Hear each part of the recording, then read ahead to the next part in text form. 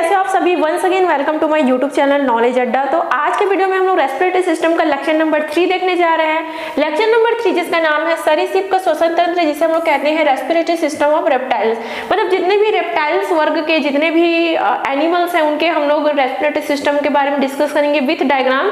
Video के last तक बने रहिएगा। आप लोगों को हैंड रिटन नोट्स भी मिल जाएगा जहां पर जाकर के आप लोग स्क्रीनशॉट ले सकते हो।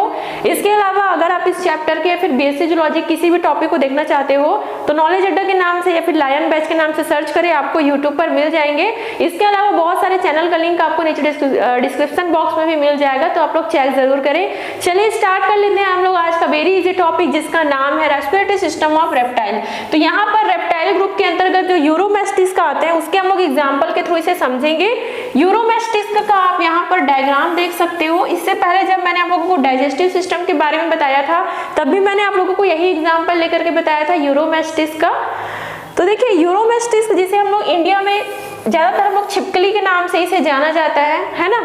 तो यहाँ पर अगर हम लोग इसके रेस्पिरेटरी सिस्टम की बात करें तो इनमें जो रेस्पिरेटरी सिस्टम होता है, जैसे कि हम सभी को पता है कि रेस्पिरेशन में क्या होता है, O2 को मतलब ऑक्सीजन को ग्रहण किया जाता है और CO2 को जो है वो बाहर छोड़ा जाता है। तो ये एक प्रकार की श्वसन की क्रिया होती है। सेम इनमें जो रेस्पिरेशन होता है वो इसी प्रक्रिया के द्वारा होता है। इनमें भी लंग्स पाए जाते हैं, इनमें भी रेस्पिरेटरी पैसेज पाए जाते हैं।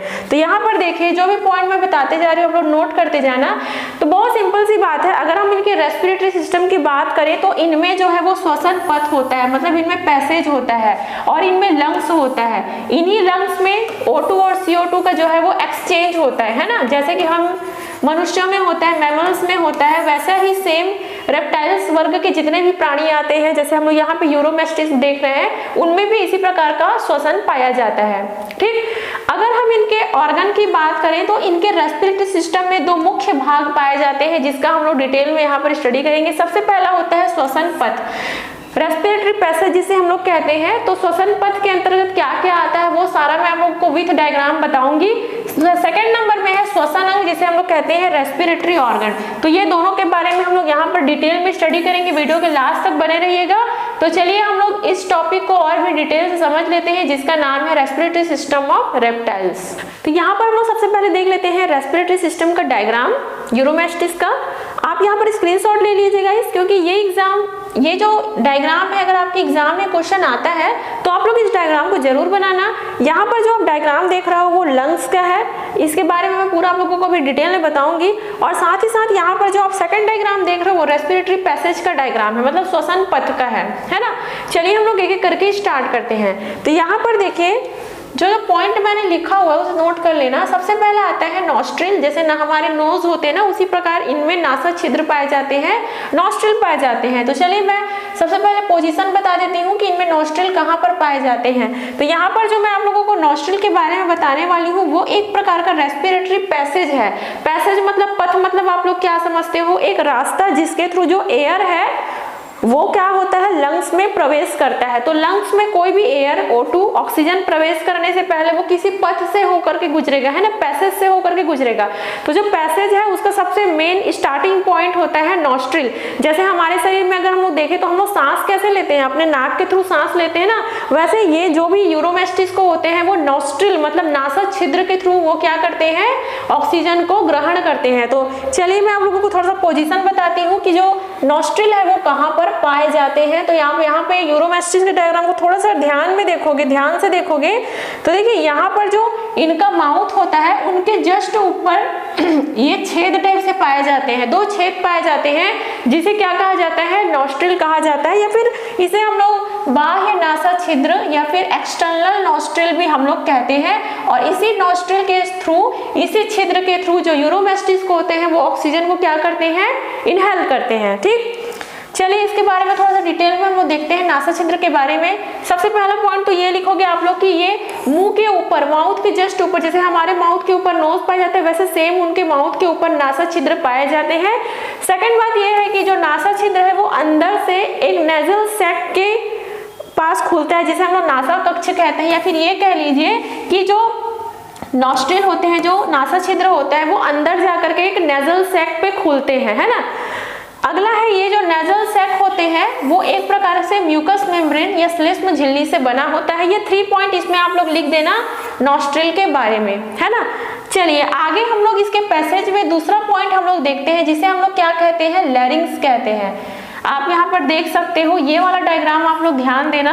तो यहाँ पर आप लैरिंग्स देखो, ये वाला पॉइंट जो आप लोगों को दिख रहा है, ये इनका क्या कहलाता है, लैरिंग्स कहलाता है। ये जो पूरा पॉइंट है वो क्या कहलाता है, लैरिंग्स कहलाता है।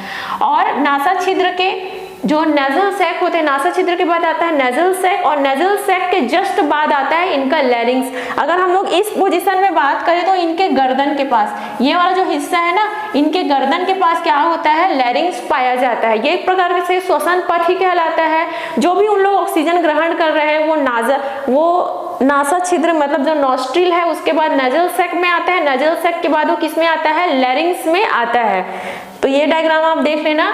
और लैरिंग्स के जस्ट नीचे क्या होता है, ट्रैकिया होता है। यहाँ पे देखो ट्रैकिया, लैरिंग्स। तो ट्रैकिया आप यहाँ पर देख रहे हो, ये जो लंबी नलिका दिख रही है, रॉड के समान जो नलिका होती है ना, लंबी नलिका, वो क्या कहलाता है, ट्रैकिया कहलाता है।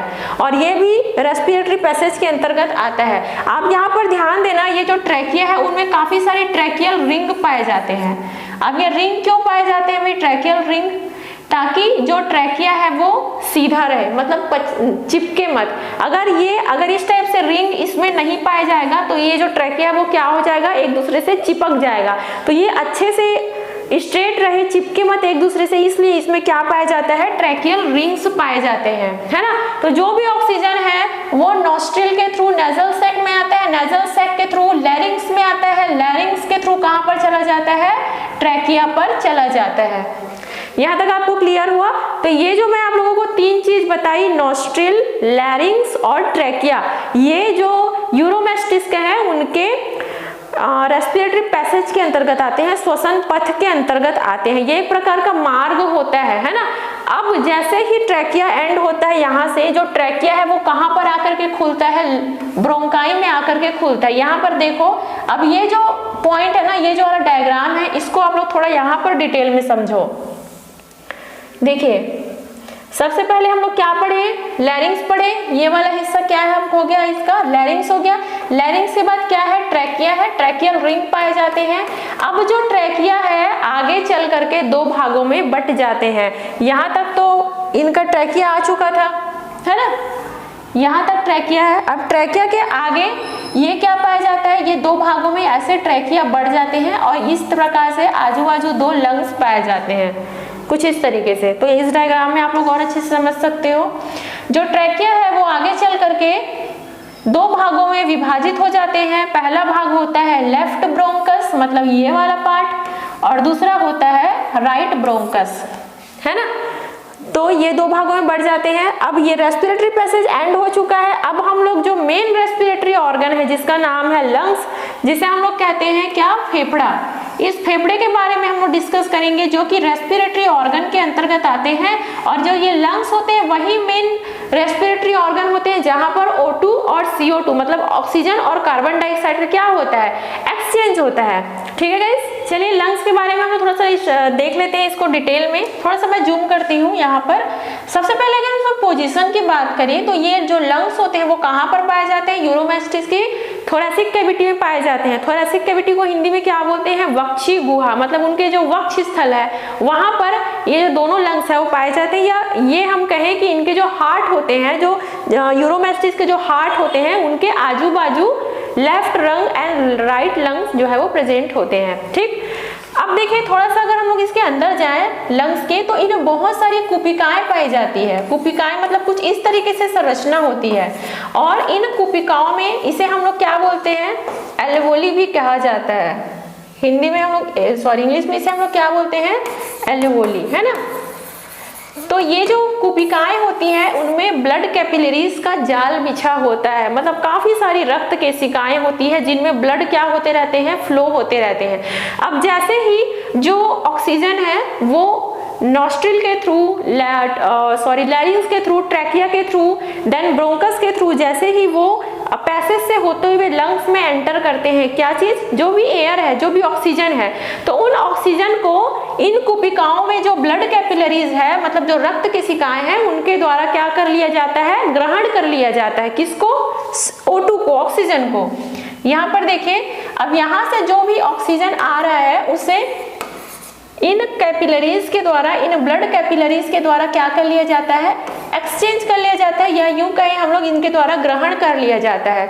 और ग्रहण करने के बाद जो भी ब्लड में CO2 बना हुआ है, जो भी वेस्ट प्रोडक्ट या फिर जो भी कार्बन डाइऑक्साइड है, वो यहाँ पर क्या हो जाता है, जैसे ही जो CO2 है वो यहाँ से क्या हो जाता है, बाहर निकल जाता है। कैसे निकलता है, क्योंकि जैसे ही लोग सांस लेते हैं O2 जो है वो लंग्स में एंटर करते हैं, और जैसे ही ये सांस छोड़ते हैं, है ना, वैसे ही जो CO2 है वो इसी पैसेज के थ्रू, इसी ट्रैकिया और लैरिंग्स के थ्रू जो है वो नॉस्ट्रिल के थ्रू और माउथ के थ्रू ये क्या हो जाते हैं, बाहर निकल जाते हैं। तो हम यहाँ पर ये कह सकते हैं कि इसी लंग्स में CO2 और O2 का जो एक्सचेंज है वो कंटिन्यू चलता रहता है। एंड इस प्रकार जो रेस्पिरेशन का प्रोसेस है वो यूरोमस्टिक्स में संपन्न होता है। जैसे सेम मैमल्स में होता है ना, जैसे सेम हम इंसानों में होता है, वैसा ही सेम जो रेस्पिरेशन है वो भी यूरोमस्टिक्स में होता है। बस आप लोग इतना याद रखना कि इनके जो मेन रेस्पिरेटरी ऑर्गन होता है वो लंग्स ही होता है। अगर हम लोग इनके लंग्स के कलर की बात करें तो ये हल्के नारंगी कलर के, मतलब समथिंग ऑरेंज कलर के इनके लंग्स जो है वो पाए जाते हैं।